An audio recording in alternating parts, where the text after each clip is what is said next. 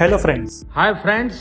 New income tax act के अंदर monthly TDS TCS payment में जो फ्लेक्सिबिलिटी दी गई है उस पर काफी डिस्कशन हो रहा है। बहुत सारे टैक्स पेयर टाइम सेव करने के लिए मल्टी सेक्शन पेमेंट का ऑप्शन चूज कर रहे हैं, यानी कि एक ही चलन के अंदर सैलरी, नॉन सैलरी और टीसीएस की पूरी पेमेंट करना। अब सुनने में तो ये काफी कन्वीनियंट है। क्या ये कंप्लायंस पॉइंट ऑफ व्यू से सही है? आइए जानते हैं। टेक्निकली देखा जाए तो सिस्टम आपको एक ही चलन के अंदर अलग अलग सेक्शन को सिलेक्ट करके पेमेंट करने का ऑप्शन देती है, बट प्रैक्टिकली इसमें बहुत बड़ा ऑपरेशनल रिस्क है। जब हम quarterly TDS TCS return file करते हैं उसमें यही चलन रिपोर्ट करने पड़ते हैं। अगर आपने एक ही मास्टर चलन यूज किया है तो उसे अलग अलग रिटर्न में करेक्टली स्प्लिट करना और मैप करना काफ़ी कॉम्प्लेक्स हो जाता है।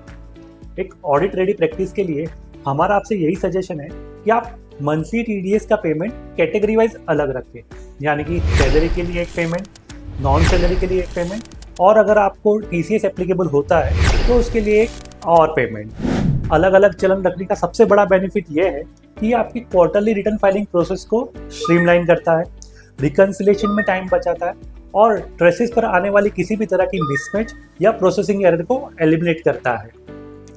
टाइम सेव करना ज़रूरी है, लेकिन कंप्लायंस में एक्यूरेसी और ऑडिट ट्रेल की क्लैरिटी होना उससे भी ज़्यादा इंपॉर्टेंट है। एज अ प्रोफेशनल स्मार्ट तरीका वही है जो फ्यूचर की कॉम्प्लेक्सिटी को अभी से एलिमिनेट कर दे। ऐसी ही tax update and professional insight के लिए हमसे जुड़े रहें। Thank you.